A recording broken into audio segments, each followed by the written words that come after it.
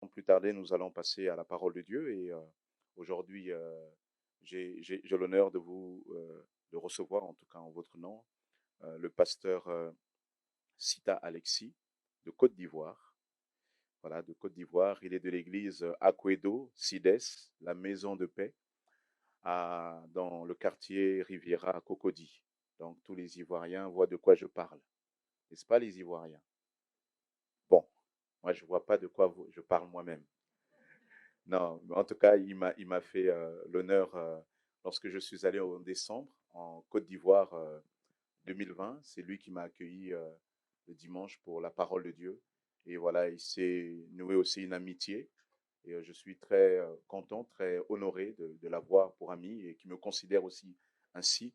En tout cas, c'est un homme d'une grande humilité et pourtant, Dieu fait de grandes choses en lui parce qu'il lui a communiqué une vision vraiment puissante avec une église vraiment en pleine croissance. Ils sont près de 1200, construit des écoles, une grande école qui est aussi adossée à l'église. Il a des projets de fou et c'est vraiment édifiant de discuter avec lui.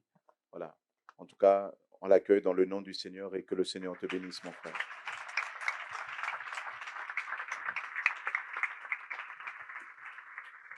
Gloire à Dieu. Gloire à Dieu. Est-ce qu'on est là? Alléluia. Je suis heureux ce matin de partager la parole de Dieu avec vous.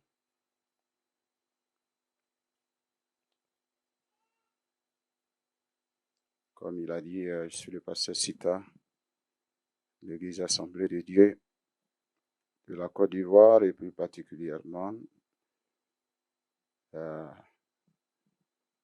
du temple Aquedo Sides, la maison de paix.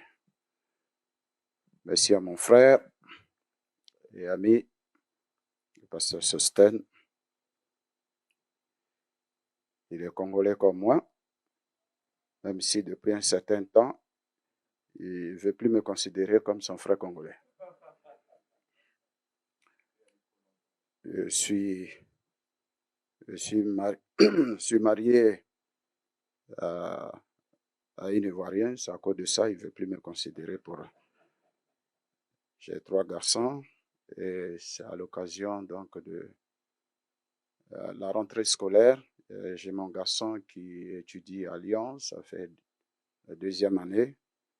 Je suis venu le saluer l'année passée à cause de la crise sanitaire, je n'ai pas pu venir et donc je suis passé rester avec lui, échanger avec les responsables administratifs, pédagogiques de l'établissement à Hydrac Business School à Lyon. Et donc, je suis passé saluer mon ami et frère. Merci pour l'accueil et que Dieu vous bénisse pour aussi votre sympathie. Amen.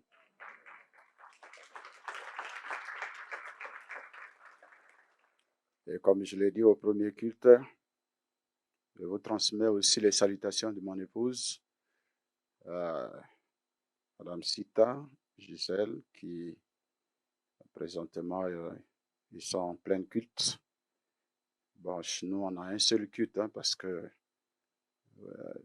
j'ai plus voulu faire 2, 3, 4 cultes. Ça épuise. Donc, aujourd'hui, on a fait en sorte que tout le monde soit là et puis on est à l'aise, on commence, on termine et puis chacun va chez lui à la maison. Donc, je prie que vous ayez encore, si c'est possible, de faire en hauteur. Si c'est permis, sinon moi, je ne me fatigue plus avec l'âge. Puis on prend de l'âge, il faut savoir s'économiser un peu. Oui. Nous allons lire la parole de Dieu.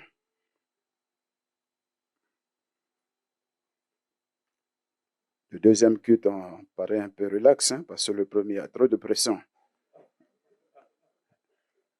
Ouais, parce que quand au premier culte, vous durez un peu, ceux qui sont dehors, mais le prédicateur, là, il raconte quoi là-bas depuis là? Il ne sait pas que nous, on est dehors, là. Luc, le chapitre 5, à partir du verset 1. Vous permettez qu'on se tienne debout pour lire la parole de Dieu? Merci, c'est gentil.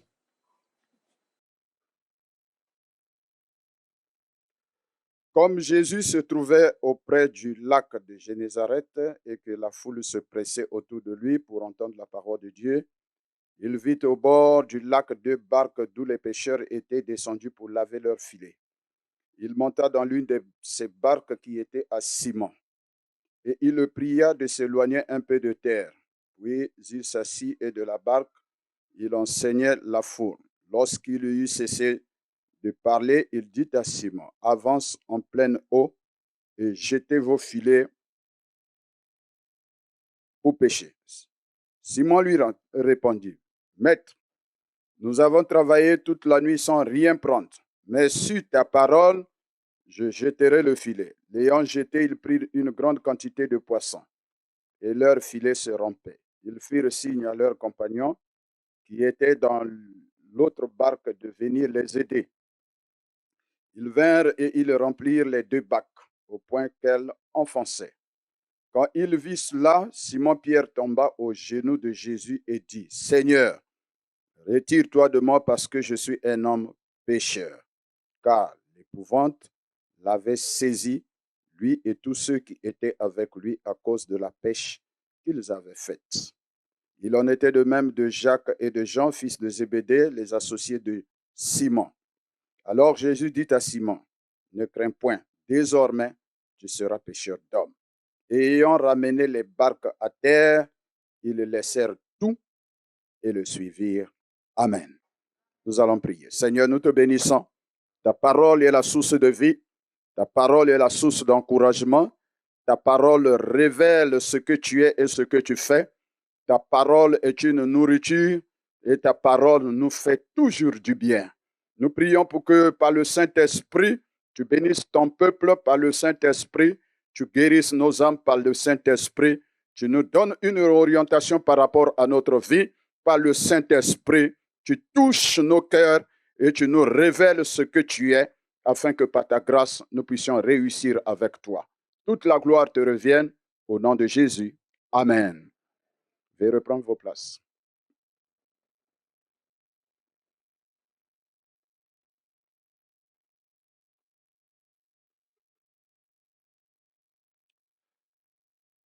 Cinq choses pour réussir une vie au cœur de l'essentiel. 5 choses pour réussir une vie au cœur de l'essentiel. Le pasteur a communiqué une vision dans laquelle s'inscrivent un peu les interventions depuis un certain temps. Il a essayé de partager la pensée avec moi. J'ai réfléchi et puis bon, je me suis dit, au travers de ce texte, dégager 5 choses importantes si nous voulons réussir une vie au cœur de l'essentiel, au cœur de ce qui est important, de ce qui est significatif pour notre vie. Le texte lu, ou le passage lu, nous rapporte l'échec de Pierre, un expérimenté de la pêche, à une heure favorable où il pouvait trouver du poisson, mais malheureusement, les circonstances n'ont pas permis à Pierre de pouvoir faire une pêche abondante, de succès. Et Pierre a fait un échec. Et il est dit que après cette expérience difficile, Pierre était donc au bord du lac. Et certainement, il s'apprêtait à rentrer chez lui à la maison, découragé.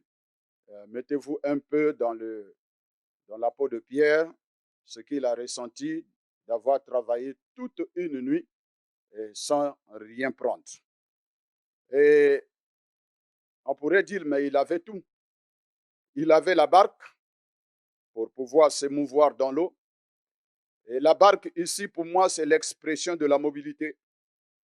pour atteindre les objectifs. Il avait les filets qui sont pour moi les stratégies pour faire une pêche miraculeuse. On peut toujours faire la différence entre la pêche à la ligne. La pêche à la ligne, vous avez votre canne à pêche et il faut être patient pour prendre un poisson, 2, et puis si Dieu vous fait la grâce d'avoir 5 ou bien 6, voire 10 avant de rentrer à la maison. Et ça demande beaucoup de courage. Par contre, avec le filet, c'est la stratégie qui vous permet en un seul coup de retirer 200, 100, 300 poissons. Eh bien, en un seul coup. Et voici, malgré cette stratégie déployée par Pierre, il a travaillé toute une nuit. Non seulement il avait les filets, mais également l'heure était favorable pour pouvoir avoir du poisson. Je sais de quoi je parle parce que pour nous qui sommes de l'Afrique centrale, nous avons beaucoup de cours d'eau. Pour avoir aussi fait aussi la pêche, que ce soit la nuit, que ce soit le jour. Dans un fleuve chez nous qu'on appelle dans notre région là-bas le Djoué. Je comprends donc Pierre. Et Pierre, il avait la barque, il avait les filets, mais Pierre est sorti bredouille de cette pêche. Où était le problème? J'ai dit 5 choses pour réussir une vie. Là, Pierre a échoué. Mais s'il a échoué, c'est qu'il y a des éléments qui ont manqué, malgré les grandes stratégies, malgré également les mobilités. Souvent je fais un clin d'œil un peu à tous ceux qui entreprennent, à tous ceux qui ont une vision d'entrepreneuriat. Vous pouvez avoir tous les diplômes, les opportunités, mais il se pourrait qu'également, malgré tout ce que vous pouvez rassembler autour de vous, mais rien ne bouge, mais rien ne marche. Et vous ne retirez rien de votre investissement, de votre sémence. Certainement, il y a quelque chose qui manque. Et lorsque on se met dans la prière et qu'on demande à Dieu, mais où est le problème? Le Saint-Esprit va vous révéler certains éléments qui doivent être des atouts accompagnateurs pour que votre stratégie marche, pour que votre mobilité également marche. Et là, c'est très important pour ceux qui coopèrent avec le Saint-Esprit, qui marchent avec le Saint-Esprit et qui sont à l'écoute du Saint-Esprit. Évidemment, à un certain moment, l'Esprit de Dieu va vous communiquer une révélation particulière et qui va vous dire, non, mon fils, voici ce qu'il manquait. Voici ce qu'il manquait. Et quand vous les mettez ensemble, vous êtes étonnés que par le Saint-Esprit et qu'avec Dieu, nous pouvons faire des exploits. Alléluia. Gloire à Dieu. Pierre avait la barque, Pierre avait les filets, mais il a manqué à Pierre 5 éléments. Le premier, nous le trouvons à partir du verset 1 jusqu'au verset 3. C'est que Pierre, il a manqué à Pierre un premier élément, c'est la grâce. Il lui a manqué la grâce. Mais pourquoi la grâce? Eh bien, Pierre a fait la pêche, mais au début, on ne parle pas que Jésus était avec Pierre. Mais il est dit dans le verset 1 jusqu'au verset 3, c'est qu'après avoir fait l'échec, au moment où il s'apprêtait à partir, et on dit, comme Jésus se trouvait au bord, comme Jésus. Mais Seigneur, mais tu étais où tout ce temps-là avant que je ne commence? Tu étais où tout ce temps-là pendant que j'étais dans la mer? Et voici, au moment où il s'apprêtait à partir, Jésus se trouve au bord du lac. Et il pose la question à Pierre. N'as-tu rien trouvé? Oh, j'ai travaillé toute la nuit sans rien prendre. Ce matin, je déclare que si tu as fait échec, si tu as peiné pour rien, ce matin, l'Esprit de Jésus est là pour que tu puisses repartir là où tu as fait échec. Alléluia. Souvent, le Seigneur nous ramène là où on a fait échec. On dit, oh non, non, non, je suis plus prêt à reprendre la même expérience. Mais Aujourd'hui, tu ne la feras plus seul, tu la feras avec le Seigneur Jésus-Christ. Car lui-même, il incarne la grâce de Dieu. Alléluia. Il a manqué à Pierre la grâce. La grâce. Comme Jésus se trouvait au bord du lac. La grâce a trouvé Pierre. Au moment où il était découragé, au moment où il rentrait chez lui, la grâce l'a trouvé. Ce matin, je prie que la grâce de Dieu te trouve là où tu es découragé. Je prie que la grâce de Dieu te touche là où tu es prêt à raccrocher. Je prie que la grâce de Dieu te touche là où tu n'es plus prêt à reprendre la même expérience. Je prie que la grâce de Dieu te visite et que tu puisses encore permettre à Jésus de repartir là où tu as fait échec, mais cette fois-ci-là, tu n'es plus seul. La grâce de Dieu va t'accompagner. Gloire à Dieu. La grâce de Dieu nous trouve. On peut choisir notre épouse. On peut choisir notre mari. On peut choisir son lieu d'habitation. On peut choisir sa voiture. On peut choisir son lieu d'école. On peut choisir plusieurs choses dans la vie. Mais la grâce, on ne la choisit pas. La grâce, elle nous trouve. Éphésiens le chapitre 2, le verset 8 dit, c'est par la grâce que nous sommes sauvés. Alléluia. C'est un don de Dieu. Cela ne vient pas de nous, mais cela vient d'en haut. La grâce nous voit. La grâce nous voit dans nos difficultés. La grâce nous voit dans nos échecs. La grâce nous voit dans nos pleurs. La grâce nous voit dans toutes nos difficultés de misère. Et la grâce vient vers nous. La grâce nous trouve. Et la grâce nous relève. Et la grâce nous fait avancer. Alléluia. Oh, je prie que la grâce de Dieu te touche ce matin et te fait avancer. Là où tu as stagné, là où tu n'es plus prêt à avancer, ma prière ce matin, que la grâce de Dieu te touche, que la grâce de Dieu te fasse avancer, que la grâce de Dieu corrige ta mentalité et ta vision, et afin que tu coopères avec la grâce, tu permettes au Saint-Esprit de te faire avancer, et ainsi tu feras des percées avec le Seigneur. Dans la vie, il y a des personnes qui transportent la grâce. Et très souvent, nous parlons de connexion. Vous savez, on ne réussit pas partout avec les diplômes. On ne réussit pas partout avec notre beauté. On ne réussit pas partout avec tout ce qu'on peut avoir comme bagage intellectuel. Nous avons parfois besoin des connexions, des rencontres, des relations. Une relation suffit pour que les portes s'ouvrent dans ta vie. Alléluia. Alléluia.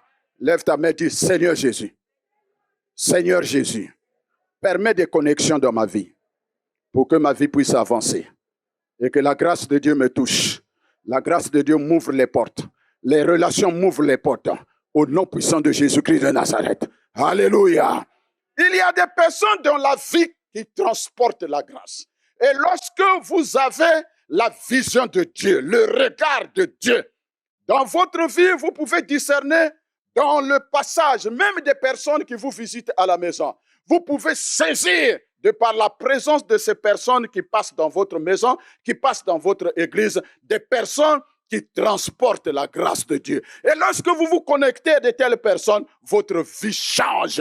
Votre vie est transformée de gloire en gloire et de progrès en progrès. Alléluia. Oh, que Dieu ouvre les yeux de quelqu'un pour que, en ce matin, sa vie puisse être une vie de connexion et de réussite partout. Gloire à Dieu. Dans la Bible, nous avons des exemples. Élie est parti chez la veuve, 2 Rois le chapitre 4.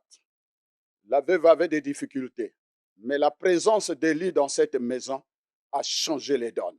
Oui, l'huile qui était pratiquement finie, la présence de cet homme de Dieu a donné la vie, la vitalité et a donné un sens d'existence à cette veuve. Parce qu'il y a eu quelqu'un de passage et de là, il y a eu une connexion et la connexion a créé le miracle. Ouais, alléluia. C'est pourquoi, frère, lorsque vous venez à l'église, fais attention à celui qui est assis à côté de toi. Amen ou amen pas. Fais attention à celui qui est assis à côté de toi. C'est vrai que dans nos églises, on n'a pas l'habitude, je ne sais pas ici comment ça se passe, mais on n'a pas l'habitude de dire celui qui est assis à côté de toi, c'est un directeur de société. Celui qui est assis à côté de toi, c'est un ambassadeur. Celui qui est assis à côté de toi, il est secrétaire. Celui qui est assis à côté de toi, c'est un vigile dans tel lieu. Même le vigile, il peut t'ouvrir des grandes portes. Alléluia.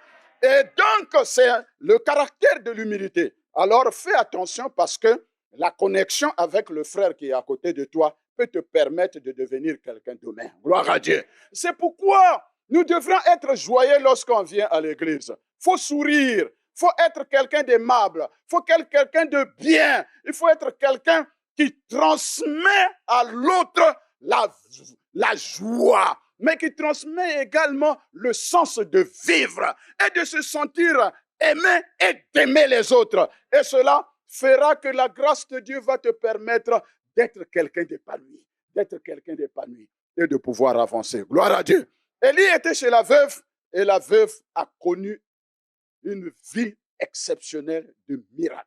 Lui n'a plus manqué dans cette maison. Pourquoi? Parce que l'homme de Dieu qui transportait la grâce de Dieu, qui était en connexion avec Dieu le Père, a permis que cette maison puisse connaître une joie exceptionnelle.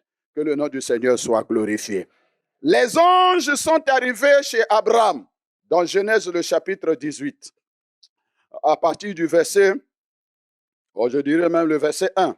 La Bible dit qu'Abraham priait et il était là et puis il a vu des hommes qui sont arrivés et Abraham s'est empressé pour venir. Ah ben écoutez, mes serviteurs, oh mes seigneurs, ne passez pas loin de ma maison. Si j'ai trouvé grâce à vos yeux, rentrez chez moi, asseyez-vous, je vais apprêter de quoi manger et puis vous allez continuer votre... Ah non, nous on ne va pas rentrer chez toi. Et là, Abraham a pressé ses serviteurs, a pressé ses anges pour que les anges restent chez lui, passent un temps chez eux. Et Abraham dit, si j'ai trouvé grâce, c'est-à-dire la grâce a trouvé au travers des anges la vie d'Abraham, la personne d'Abraham, la maison d'Abraham et tout ce que est Abraham. Et les anges sont restés chez lui. Abraham a fait un repas et au cours du repas, les anges vont révéler le projet de Dieu. Frères, autour du repas, souvent il y a des grands secrets. Autour du repas, souvent on signe des grands contrats. Alléluia. Vous voyez, des grands contrats d'affaires. C'est pourquoi très souvent des grands hommes d'affaires, ils se retrouvent autour d'un café, ils se retrouvent dans des grands restaurants, ils se retrouvent un peu dans des hôtels. Et autour d'un café, autour d'un repas, on partage des grands projets. On signe des grands contrats. C'est le partage. Et Abraham l'a compris. Il dit non, ne passez pas. Et pendant qu'ils étaient en train de manger, le verset 17 dit, l'ange a dit, cacherai-je à Abraham ce que je veux faire? Frère, lorsque la grâce de Dieu vous trouve, rien ne vous est caché. Lorsque la grâce de Dieu vous trouve, tout est à découvert. Lorsque la grâce de Dieu vous trouve, elle vous révèle les choses cachées et les plans secrets de Dieu. Et là, les anges ont révélé à Abraham le plan qu'avait Dieu par rapport à Sodome et à Gomorrhe. Et ils ont dit, voici le projet que nous avons. Et Abraham a continué à prier pour son neveu Lot qui était à Sodome et Gomorrhe. Mon bien-aimé, mon frère, si la grâce de Dieu te trouve, elle t'ouvre les yeux sur les projets d'avenir. Et rien ne t'est caché. Dieu veut révéler quelque chose de caché à un de ses enfants ce matin. Et si la grâce de Dieu te trouve là où tu es, évidemment, la révélation de la parole de Dieu va permettre à ce que ta vie puisse être éclairée, mais que tu aies une grande et large vision par rapport à ta vie chrétienne, par rapport à ta maison, par rapport à tes activités. Au nom de Jésus-Christ de Nazareth. Amen. Pierre avait le filet, Pierre avait la barque, mais il manquait une deuxième chose à Pierre, c'est que Pierre, il lui a manqué la profondeur. La Bible dit que pendant que Jésus était au bord, et là, Jésus lui dit, Pierre, lorsqu'il est monté dans la barque de Pierre, il lui a dit, Pierre, avance en pleine eau. Il y a beaucoup de chrétiens qui tournent un peu au bord de l'eau. Le bord, c'est le manque de profondeur. Le bord, c'est la peur d'aller un peu plus loin. C'est la peur de se noyer. Le bord, c'est la réticence. Le bord, c'est le manque de risque. Or, qui ne risque rien n'a rien. Le bord, donc, c'est le manque de profondeur. Alors Jésus va dire à Pierre, Pierre, je suis dans la barque maintenant, avance en pleine eau. Avance en pleine eau. Nous avons besoin d'être profonds dans la vie chrétienne. Notre vie chrétienne doit être une vie chrétienne de profondeur. Nous avons, par rapport à cette crise sanitaire, plusieurs des frères qui étaient superficiels par rapport à la foi, qui sont restés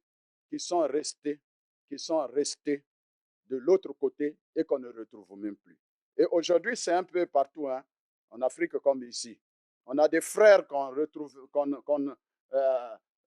qu'on avait à l'église, des églises qui avaient 300, 400, 500 membres qui se retrouvent pratiquement à la moitié. Beaucoup n'étaient pas profonds. Et malheureusement, l'épreuve démontre l'épreuve. L'épreuve nous donne de prouver des preuves. C'est pourquoi à l'école, on nous donne des épreuves. On nous donne des devoirs. C'est une épreuve, mais l'épreuve te donne de montrer l'épreuve. Et lorsque tu montres l'épreuve, tu réussis et tu passes en classe supérieure. Alléluia. Oui, et ici, Pierre était dans une difficulté où il ne voulait plus reprendre. Mais Jésus lui dit, Pierre, avance en pleine eau. Quelqu'un hésite-t-il ce matin à aller en profondeur avec le Seigneur? Va en profondeur. Laisse-toi aller avec le Seigneur. Nous avons une expérience dans le livre du prophète Ézéchiel où il nous est dit que pendant qu'il avait la vision et puis il a vu l'eau qui sortait du temple et l'eau a commencé à monter aux chevilles, aux genoux, aux reins et jusqu'à un certain moment qu'il ne pouvait plus avancer. Donc il a fini par nager. La vie chrétienne est une vie chrétienne des étapes. Les étapes. Il y a les chevilles qui nous parlent de la marche, mais il y a les genoux qui nous parlent de la prière. Il y a les reins qui nous parlent de l'équilibre dans la foi chrétienne. Et un chrétien qui arrive à un certain moment à l'équilibre, il te reste maintenant une autre dimension pour aller plus loin avec le Saint-Esprit, c'est de pouvoir nager. Lorsque tu n'arrives plus à être équilibré, laisse le Saint-Esprit te faire avancer dans des expériences où toi-même tu ne peux plus et laisse-toi conduire par le mouvement de l'eau et le Saint-Esprit prendra le contrôle. Quelqu'un peut dire Amen. Quelqu'un peut dire Amen. Est-ce que je parle à quelqu'un ce matin? Oui, il faut avoir une vie de profondeur avec le Seigneur. Sois profond, mon frère, dans ta relation avec Dieu. Et ainsi, ta profondeur va aussi déterminer là où tu veux arriver avec Dieu. Ta profondeur également va attirer dans tes relations certaines personnes qui ont besoin aussi d'être profonds. Parce que c'est parce que tu es profond que les autres veulent également expérimenter ta profondeur. Donc, du coup, tu deviens comme un mentor, comme un exemple pour amener les autres à la profondeur. Mais si tu es superficiel, c'est sûr et certain, tu ne seras pas un exemple. Parce qu'aujourd'hui, aucun chrétien ne veut rester au même stade, mais chacun veut faire des avancées, veut faire des progrès. Avec le Seigneur, nous irons de progrès en progrès et de gloire en gloire. Et alléluia! Pierre, il avait la barque, il avait les filets, mais il manquait une troisième chose à Pierre, c'est la parole.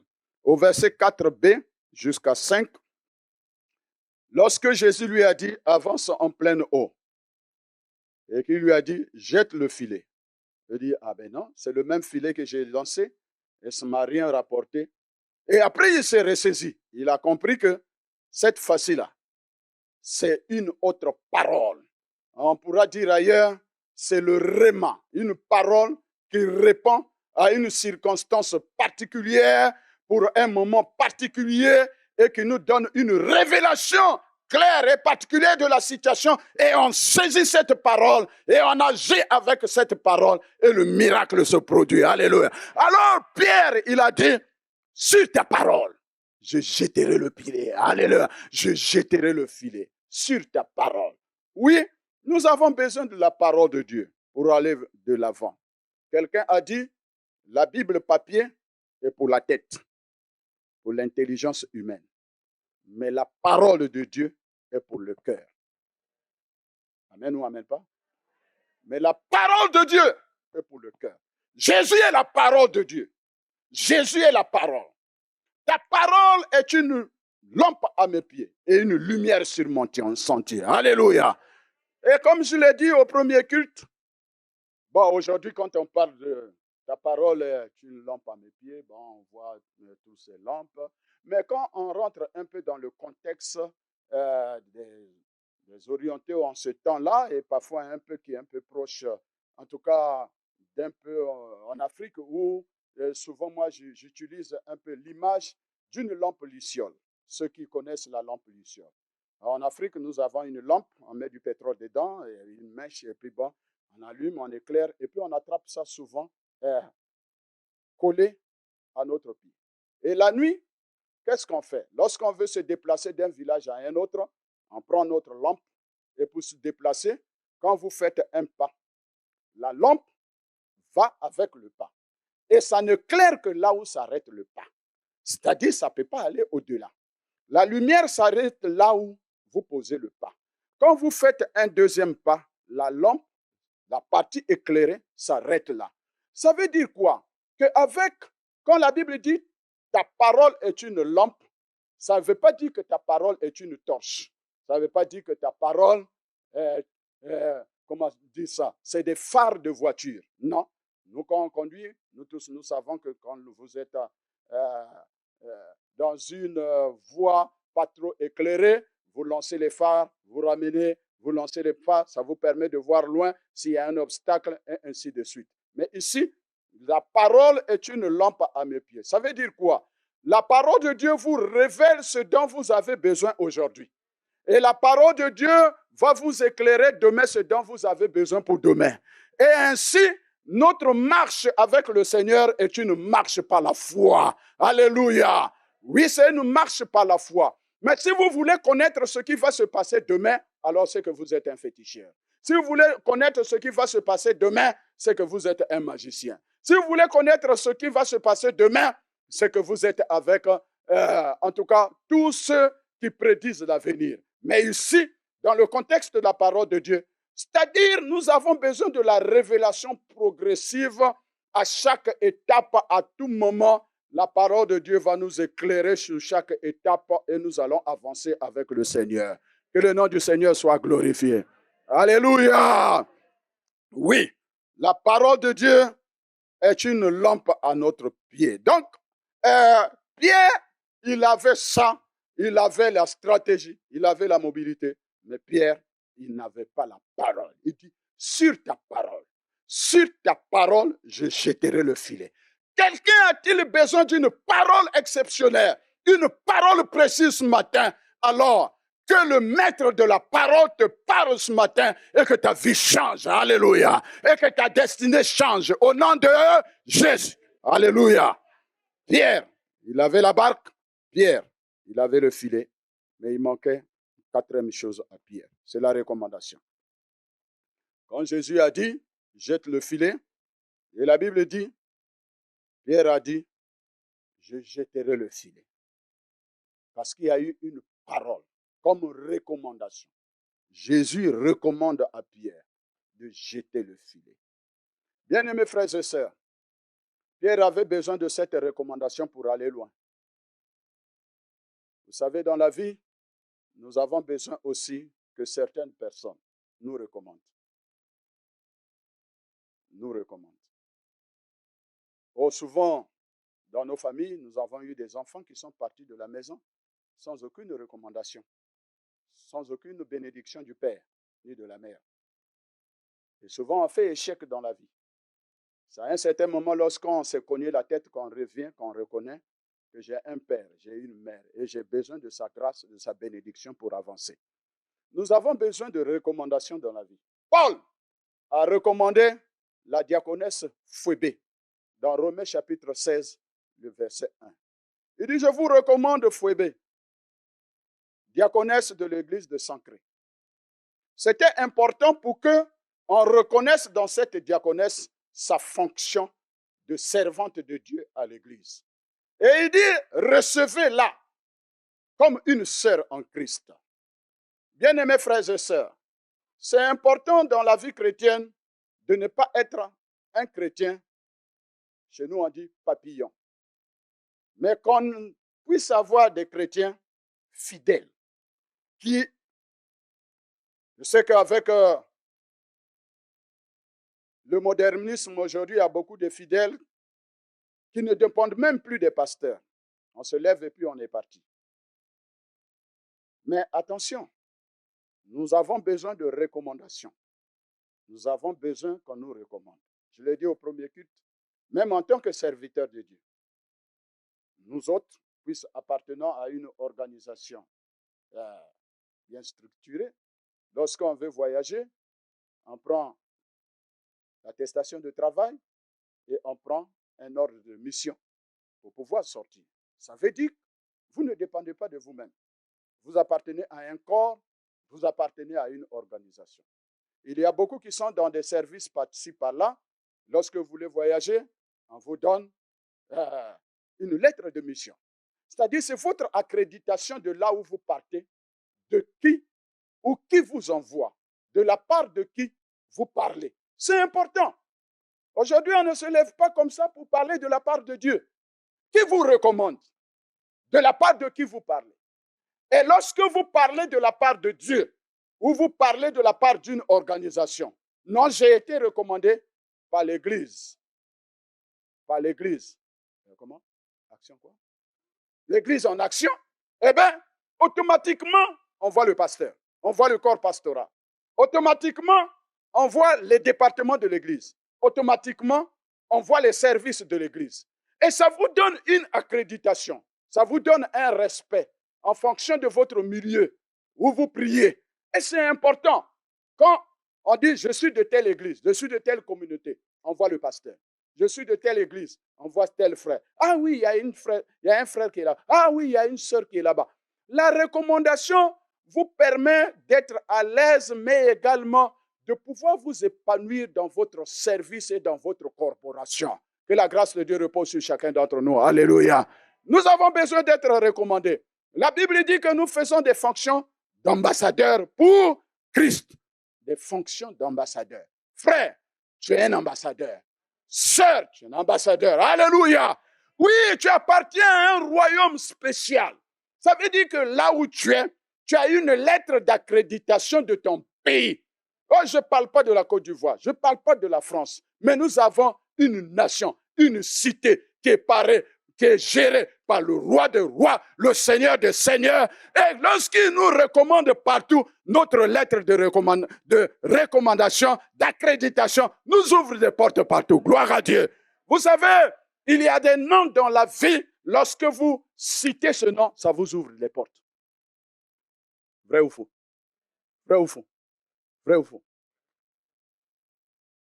Il y a des noms dans notre monde, mais il y a des noms au-dessus de tous les noms. C'est le nom de Jésus-Christ de Nazareth.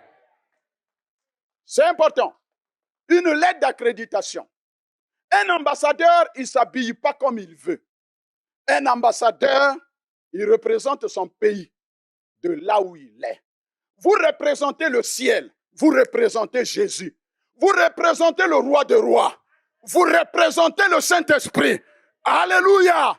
Écoutez, à un certain moment, nous avons des chrétiens qui se comportent comme des réfugiés quelque part. Ah non, sortez des camps de refuge. Mais venez à la grâce de Dieu.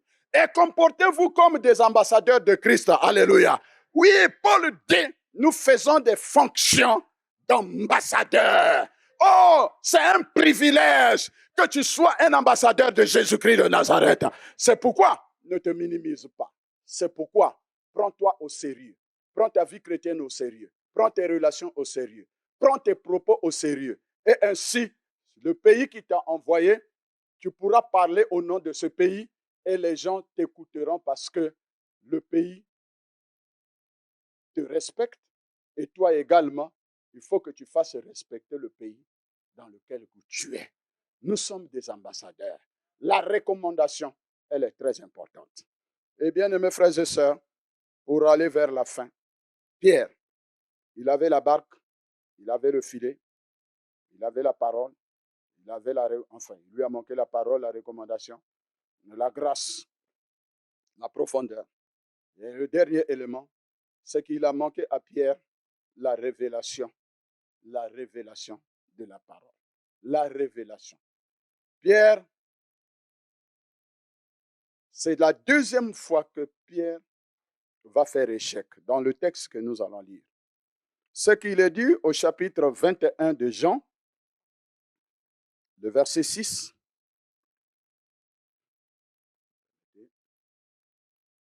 On va s'arrêter avant de prier.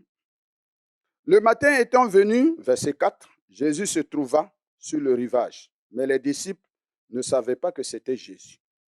Jésus leur dit, « Enfants, n'avez-vous rien à manger ?»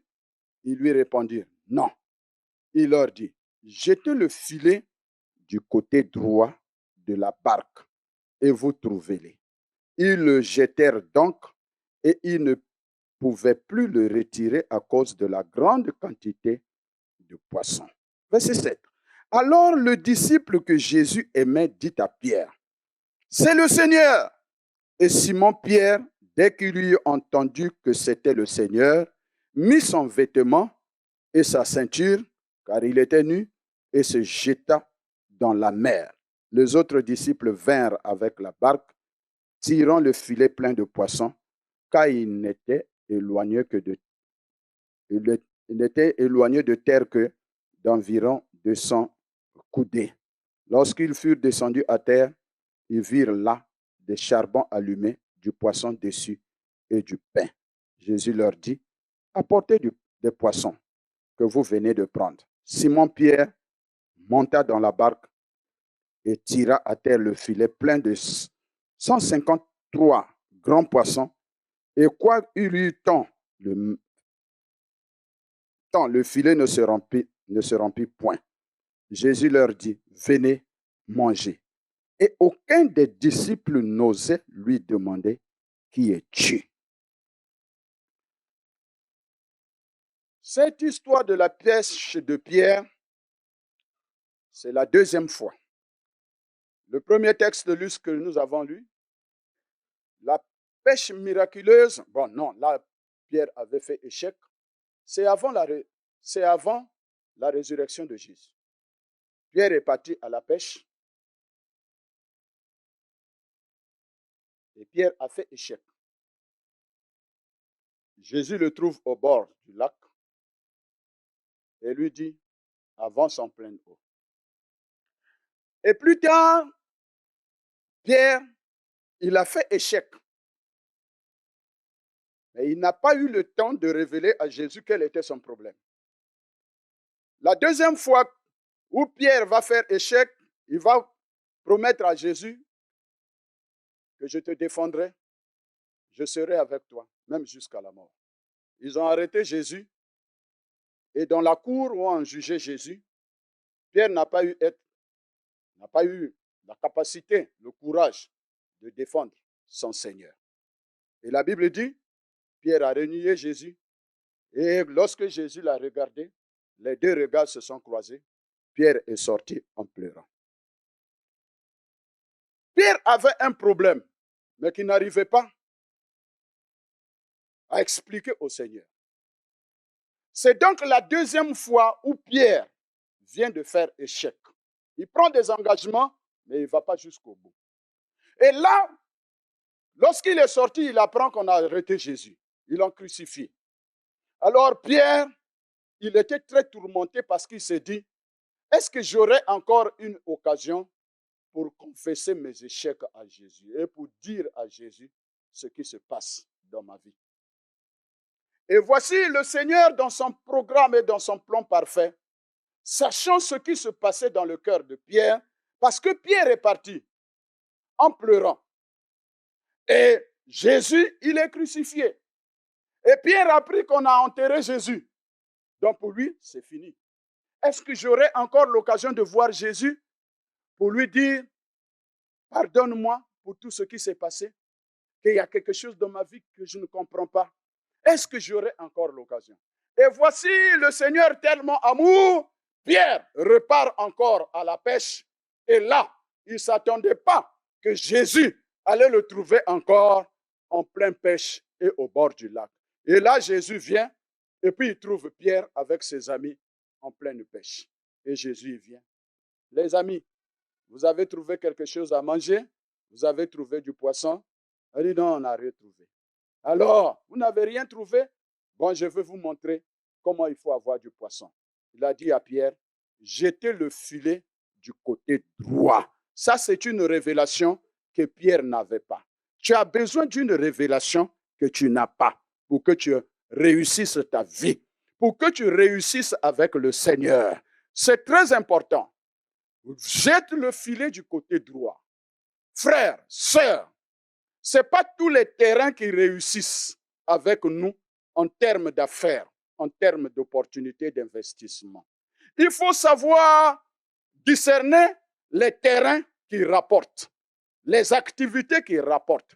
Si vous n'avez pas la révélation de Dieu, vous risquez d'investir dans des domaines qui risquent d'être complètement des situations ou des domaines qui vous perdent de l'argent pour rien et vous vous retrouvez à zéro. Vous avez besoin de la révélation. La révélation de Dieu te dira, tu peux s'aimer peu, mais tu vas recevoir beaucoup. Alléluia. Au lieu de s'aimer beaucoup, d'investir beaucoup, la révélation de Dieu peut te permettre qu'avec 1000 euros, 2000 euros, tu peux te retrouver avec plusieurs millions d'euros. Et là, on a besoin de la révélation de Dieu. Et la révélation de Dieu nous éclaire en tant qu'enfants de Dieu. La révélation de Dieu donne la sagesse. La révélation de Dieu donne la lumière. La révélation de Dieu donne un encadrement spécial à tous ceux qui marchent avec le Seigneur. Oh, alléluia! Bien-aimés frères et sœurs, c'est vrai, nous sommes parfois à certains endroits dans un contexte difficile. Hier, je marchais avec le pasteur et notre collègue me dit, ah oui, les temps sont durs. Je lui ai dit, chez nous en Côte d'Ivoire, on dit, quand les temps sont durs, c'est les durs qui avancent. Alléluia! Quand les temps sont durs, c'est les durs qui avancent. Et c'est les temps de dur. Donc, quand vous pensez que tout est coincé, c'est là que les durs doivent avancer. Les durs dans la foi, les durs qui ont la révélation de Dieu, c'est ceux-là qui avancent. Et à un certain moment, vous êtes étonné de dire, mais attends, on est dans la même France là, on est dans le même Paris là, mais qu'est-ce qui se passe? Et moi, je dis, toi, comment tu fais? Oui, parce que lui, il a une révélation particulière, c'est pourquoi il avance. C'est pourquoi il avance. Ma prière, c'est que tu avances. Alléluia. Ma prière, c'est que la révélation de Dieu t'éclaire. Alléluia. Ma prière, c'est que la révélation de Dieu fasse de toi un homme de percée et un homme de vision qui va de l'avant, qui va de l'avant, qui va de l'avant par le Saint-Esprit au nom puissant de Jésus-Christ de Nazareth. Alléluia. Lève ta main et dis, Seigneur Jésus, que ta révélation m'éclaire, que ta révélation me booste, que ta révélation me fasse avancer, que ta révélation fasse de moi un dur dans la foi.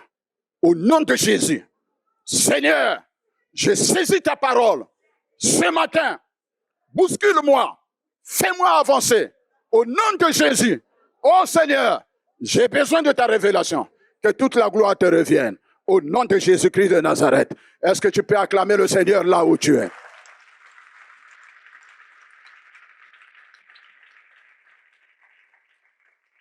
Bien-aimés frères et sœurs, pour terminer, le filet et la barque ne feront pas de vous un champion, ne fera pas de vous quelqu'un qui réussit au cœur de sa vie. Le filet et la barque ne suffisent pas. Il vous faut la grâce, il vous faut la profondeur, il vous faut la parole de Dieu. Il faut que la grâce de Dieu, surtout, vous visite pour que vous soyez au cœur de l'essentiel. Oui, la Bible dit au verset 11, « Ils laissèrent tout et le suivirent. » Lorsque la grâce vous trouve, vous laissez tout et vous suivez le Seigneur. Et quand vous êtes à la suite du Seigneur, vous devenez un miracle du Seigneur Jésus-Christ de Nazareth. Et vous devenez un étonnement. Vous devenez quelqu'un d'exceptionnel. Vous devenez quelqu'un qui fait des exploits. Parce qu'avec Dieu, nous ferons des exploits. En collaboration avec Dieu comme partenaire, avec Dieu comme ami, nous ferons des exploits. Mais vous avez besoin de la grâce qui transforme et ainsi, votre vie sera une vie d'exception et une vie d'essentiel. Au nom de Jésus. Amen.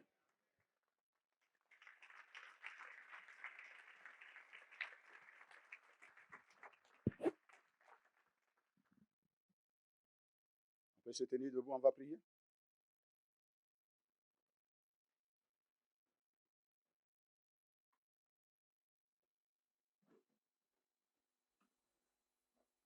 Est-ce qu'ensemble, on peut élever la voix pour exprimer une pensée particulière au Seigneur?